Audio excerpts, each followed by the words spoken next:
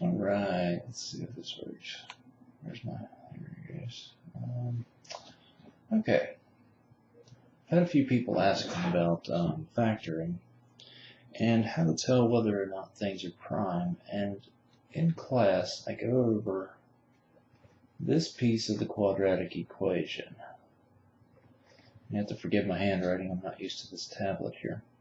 However, any equation that we have that's a trinomial, such as p squared minus p minus 56, we can use this to solve and see which factors we need.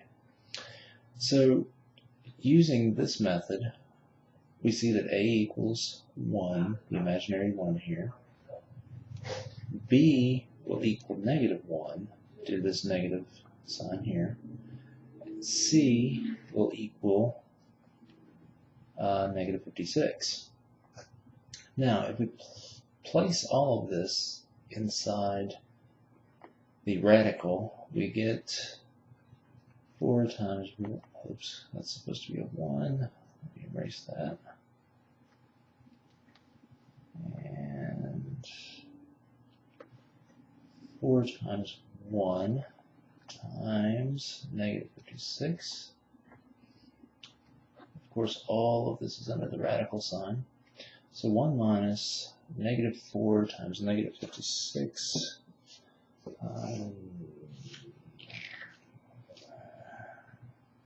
is 224. Of course, this is going to be positive because this negative sign and this negative sign. So here we go. So 225. Now, the question is this particular answer that we have going here, is this answer going to be a perfect square? And honestly, the answer is yes. It becomes 15. Where's my cursor at? There he is. So because this is a perfect square, that means that this thing will actually factor. Now, in order to factor this, I'm going to go ahead and rewrite. Oops. If I could get used to this, this would be easier. Oh, there we go, that works. I think this was the green. P minus 56. We look at A, in this case A, and we look at C. And what we want to do is multiply these guys together so that we end up with a product. So 1 times 56 gives us 56. Well, -56. My bad. So let's find all of the factors for this. So we have 1 and 56, 2 and 28, 3 will not go into that, 4 and 1, 14, 5 won't, 6, no, 7 and 8 will.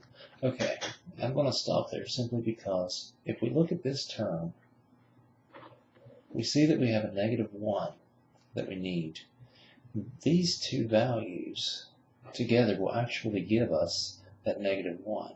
So what happens is we're going to rewrite, I can't see my cursor, this equation to be p squared, and we want this to be negative, so minus 8p plus 7 minus 56.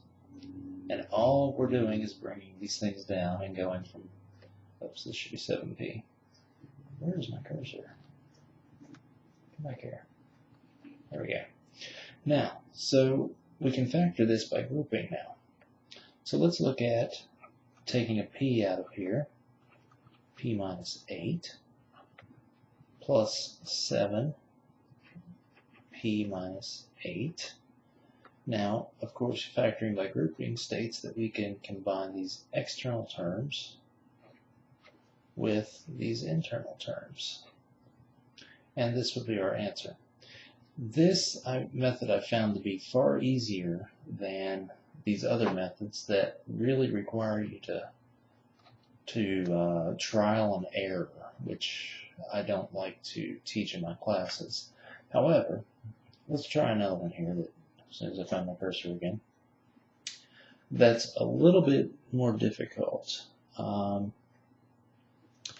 Negative 6m squared minus 13m plus 15. Now, my classes, I tend to have them get rid of this preceding negative. So what I would say is factor out the negative and leave yourself with this negative 6m squared minus plus 13m minus 15. We're just going to factor out this negative 1. Now, we can deal with this inside in the same manner. First, we could test it and see if it becomes, if it is factorable. 13 squared is 169 minus 4 times 6 times negative 15. Let me toss that into a calculator over here. 4 times 6 times negative 15 is negative 360, and negative 360 times negative 1 is positive 360. So 169 plus 360 gives us 12559. Now,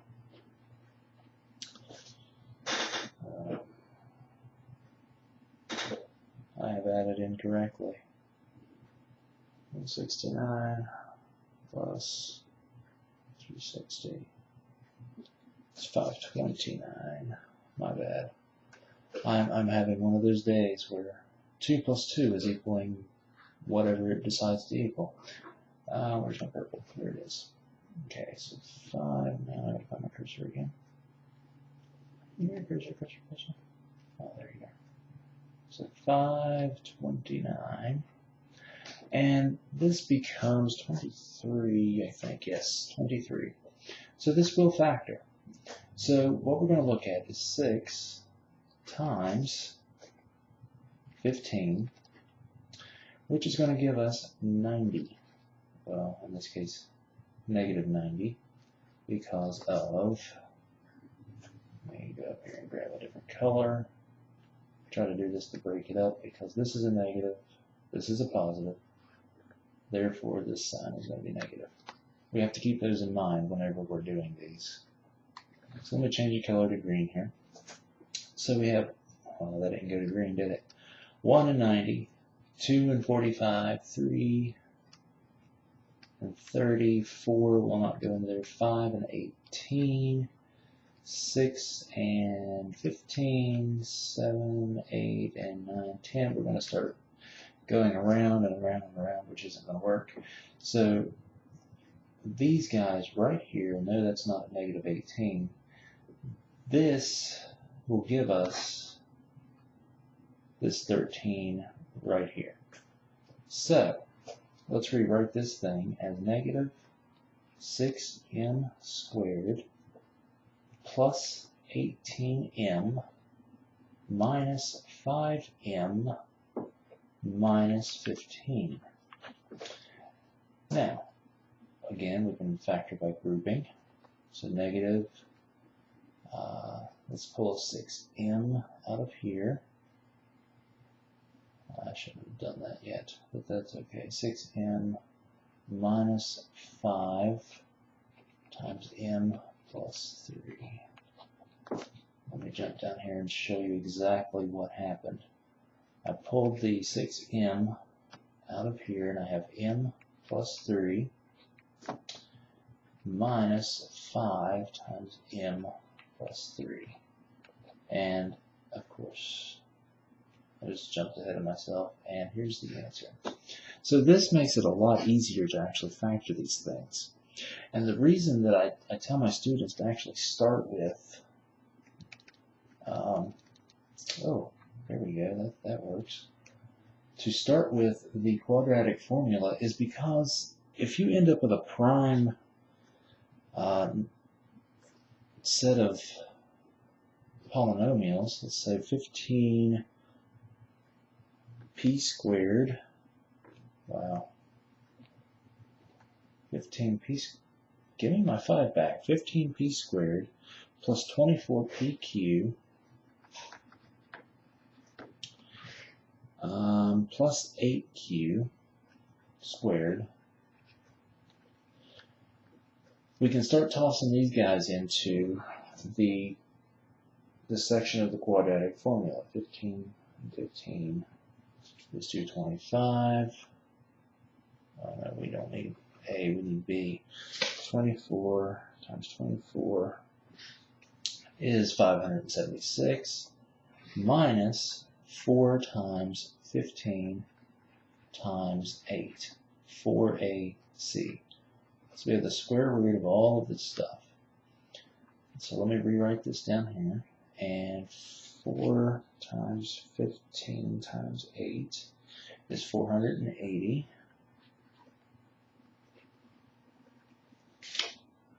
And 576 is going to give us 96. Now 96 does not have, a square root. It's actually 9.797959 something something something. In other words, this is not a perfect square.